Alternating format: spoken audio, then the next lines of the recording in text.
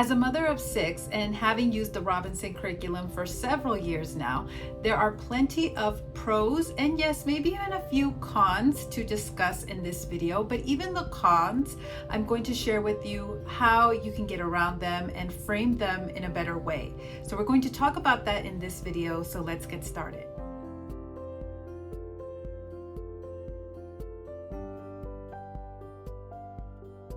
Hi there, my name is Karen, and if you're new here, welcome. I like to help families achieve sustainable and enjoyable homeschooling so that parents can truly enjoy this season of life and be in it for the long haul when it comes to home education. And like I said, make it sustainable, right? We obviously care about the quality of education at home. We want what's best for them, but also not at the expense of our sanity and our health and overall the family's sanity and health. So there is a way to make it a win-win. And for us, the Robinson curriculum has truly been that. So first, let's talk about some of the pros, and then we'll get into some of the cons. So some of the pros.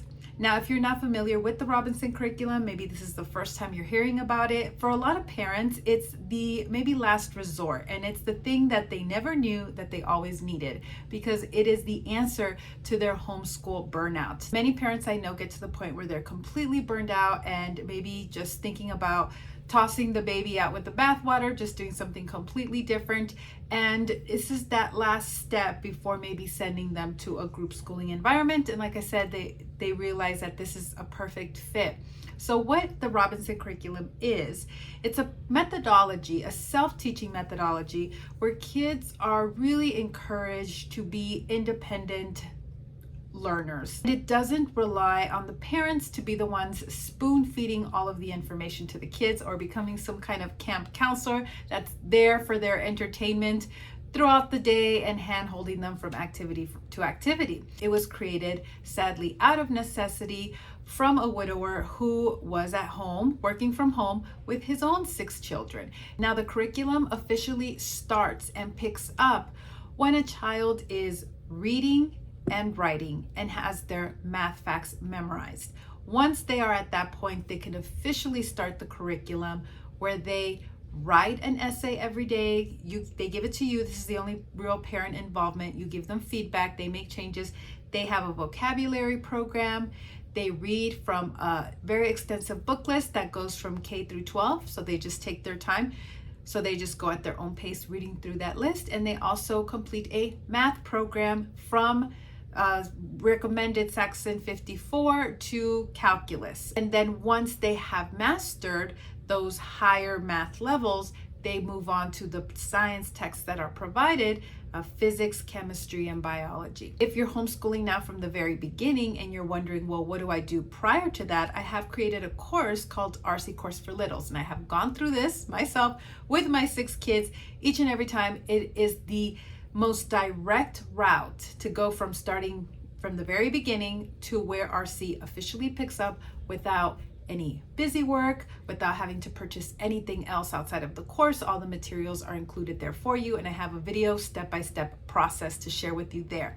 So I will leave that link down below. And if you still have questions about the Robinson curriculum, you're still curious about it, I also have a freebie to share with you at the end of this video, so make sure you stay until the end. All right, so let's jump in to the pros. Point number 1 is the emphasis on self-teaching. And this is the core part of what makes this curriculum sustainable for the long haul. The Robinson curriculum encourages students to become independent learners, equipping them with valuable skills to take charge of their education. By fostering self-discipline and responsibility, it nurtures qualities that extend beyond academics. And I can tell you that this is truly one of my favorite parts of RC. I've had seasons of life where I was going through serious health challenges, excessive doctor's appointments, or just times, when I'm sick, that the house still ran smoothly. The kids still completed all of their schoolwork without me having to be involved or constantly nudging them to the next task. Another pro is the focus on core subjects.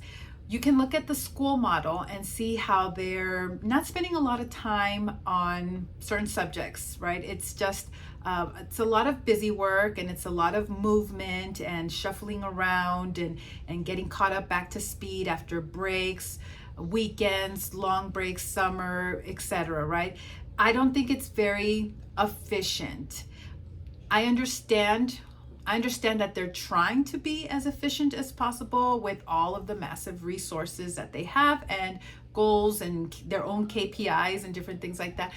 But when you have a homeschooler trying to replicate a system that has enormous amounts of money, more than you have, to replicate this sort of system at home where you're doing all these different subjects, all these different activities, I think it's a recipe for burnout and disaster. So I love that RC focuses on the core subjects, reading, writing, and arithmetic. A strong emphasis on mathematics, science, and English language skills, the Robinson curriculum ensures students have a solid foundation in these crucial areas. By prioritizing these subjects, it equips students with the necessary skills for higher education and future success. Another pro is how cost effective it is. It is incredibly affordable, only $200 K through 12 for the whole family. Now it is a printable online curriculum, so you would have to print these materials, or I actually like to use them on my iPad for a lot of the different components. You would also have to purchase your own math books. You don't get the Saxon textbooks that are recommended, but you do get, with the online version, Ray's Arithmetic, the entire program. So that's a way that you can have math covered as well, included. This is great for overseas families, especially who maybe can't get a hold of these Saxon textbooks. Also, will say too that as long as you have, because I get this question a lot, can I use a different math program? I know we have a lot of great resources out there, a lot of great math programs, a lot of it online now where the grading is done online, the teaching, the videos, everything. And I think more so with AI, we're going to see how education is going to change. I will just say this though, I recommend whatever math program you choose, that it be something that they could do on their own, that is self-taught, that doesn't involve you sitting there teaching a math lesson, grading, doing all of those things. So just look for something that can be sustainable, can be self-teaching in the same spirit. Also, something that makes Saxon sort of unique is that it's a blend between mastery and spiral. So it's incremental development with continuous review.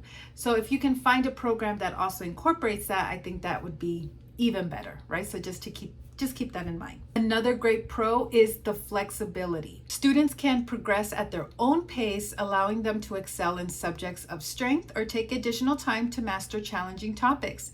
This adaptability ensures that each student's unique learning needs are met. So when you have a group schooling environment, it can only progress sometimes as fast as the low common denominator. So someone that's really struggling, maybe the whole class is kind of held back a little bit. Or you can have students where the class is going forward too fast and they're getting lost in the mix, and then maybe additional tutoring is necessary. So the beauty with the Robinson curriculum is that truly each student is going at their own pace.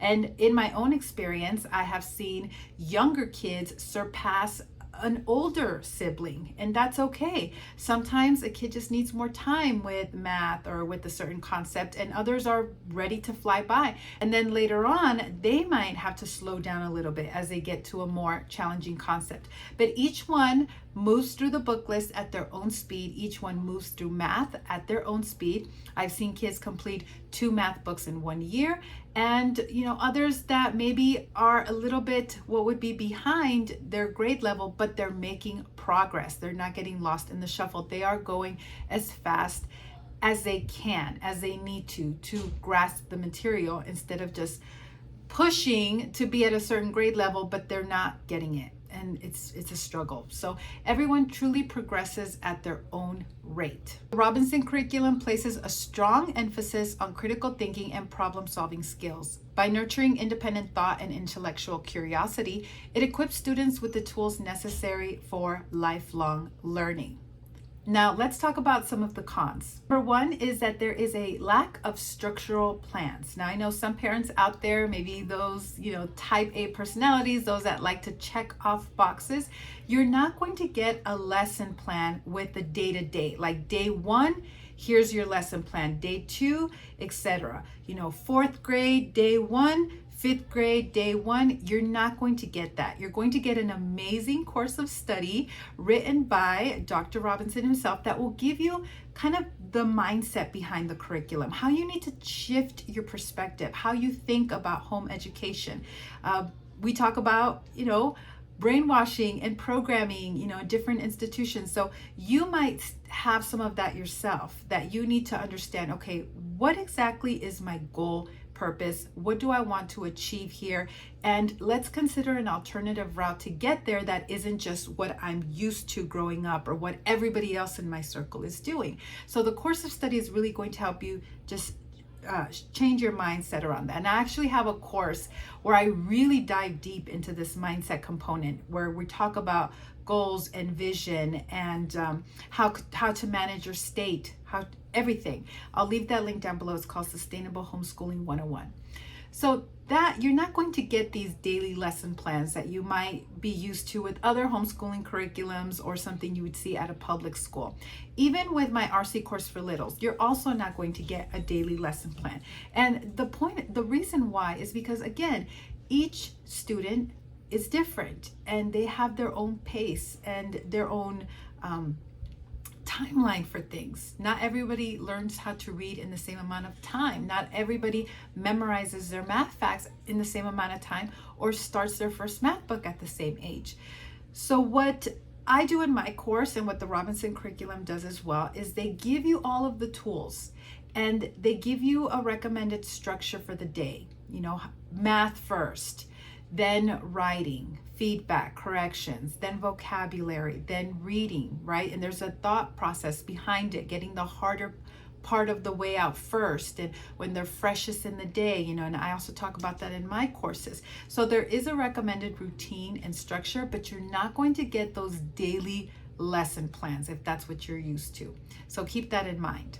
Number 2, a criticism that I hear online is maybe minimal social interactions. So a lot of parents like some kind of even at home, a group schooling program where maybe they're doing unit studies together or they're just doing homeschooling together. Where this is a self-teaching methodology, each student is on their own, progressing at their own speed, working on their subjects individually. However, I will say that I still have group time. It's outside of the scope of what Robinson curriculum, is like the basic core tenets here, but even the course of study talks about them having a daily Bible time together. Now, I believe they did it at the end of the night, but some parents like to do it in the morning before they get started with the day. That's my preference too on most days after breakfast, because it also serves as a little family meeting time of what's expected as far as chores, what's going on as far as meals, what activities are planned maybe in the afternoon. We talk about all of that in our little group time, but we still have Bible time together as well. We read the Bible together, read a poem together. I do a word of the day, a quote of the day. So we still have time as a family together. And of course, we're having meals together. We have game nights and we're spending still lots of time together. So just because you see that, it seems like everybody's on their own, they're not really interacting or learning together, there's still plenty of time, plenty of opportunities throughout the day to have that group learning. Another con could be the heavy emphasis on core subjects, reading, writing, and arithmetic. So a lot of parents are wondering, what about history? What about social studies? And this is something that I have worked with a lot of parents on with one-on-one coaching calls, is setting up their transcripts. Each state is different and will have different requirements. And I've seen some things like different states where they require, aside from a PE class, maybe a good citizens class, or of course like social studies and art and all of the subjects, all of the things. However, there are ways to get around it. The Robinson curriculum is a giant book list, and it has American history, it has biographies, it has poetry, it has even topical science, nature studies, all of that. So what you can do in a transcript, if they're requiring, for example, social studies, is you can take one of the lists that comes with the Robinson curriculum where it tells you which category each book falls into.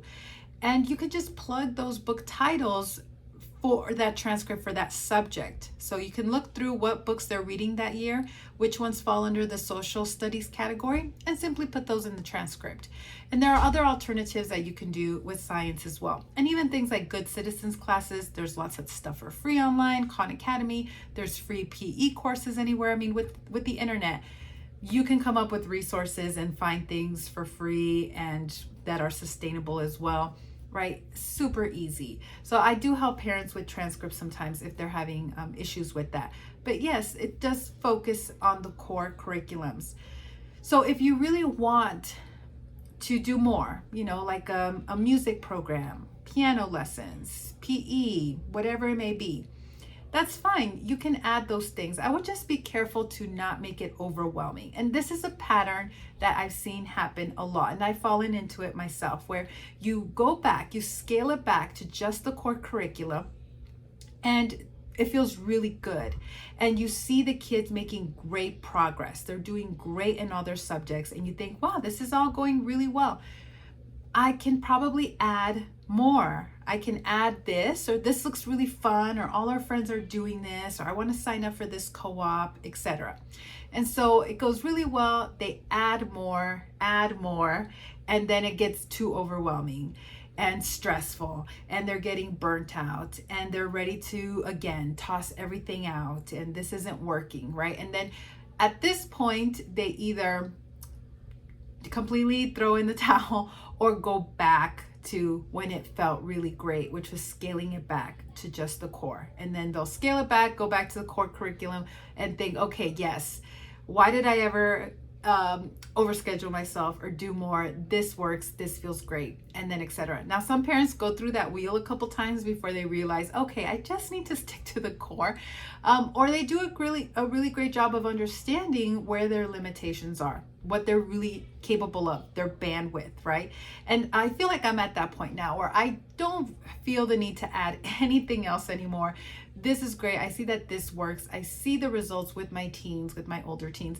So, but I can add a few little things like swimming in the evening, laps at the community center, or a little ballet class, or maybe, Duolingo for a foreign language, or what's the other, the Hoffman Academy for piano, or whatever it may be. You just get into your groove, but you really understand your bandwidth and what you can and can't do. For me, I know I need to be very careful protecting my time during the day. We are home schooling.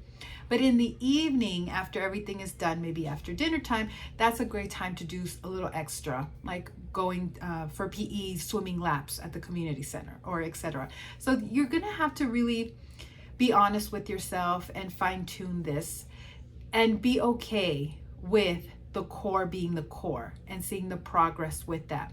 And then as seasons of life change, as kids get older, as you get more sleep, as you're not just in survival mode, maybe adding a few other enrichment opportunities. That's the beauty of the pro of the flexibility of this curriculum. Parents might have some other criticisms or concerns, and so I put down a few videos in the description link down below having to do with maybe the book list, if there's concerns over that. I've also I also have a video from a couple years ago where I talked about some of the criticism that I saw online, and I addressed it. So I will also leave those videos down below in case you find that interesting. I will also link down below all of my courses, and like I said, I do have a freebie for you. I have a free 13-part video series that talks all about the Robinson curriculum A through Z, so I will leave that for you down below as well. And of course, if you have any questions, please let me know in the comments down below. Now, I think you would really like this video if you like this one, but YouTube's algorithm thinks you would like this video instead. So whichever one you choose, I will see you there. Bye for now.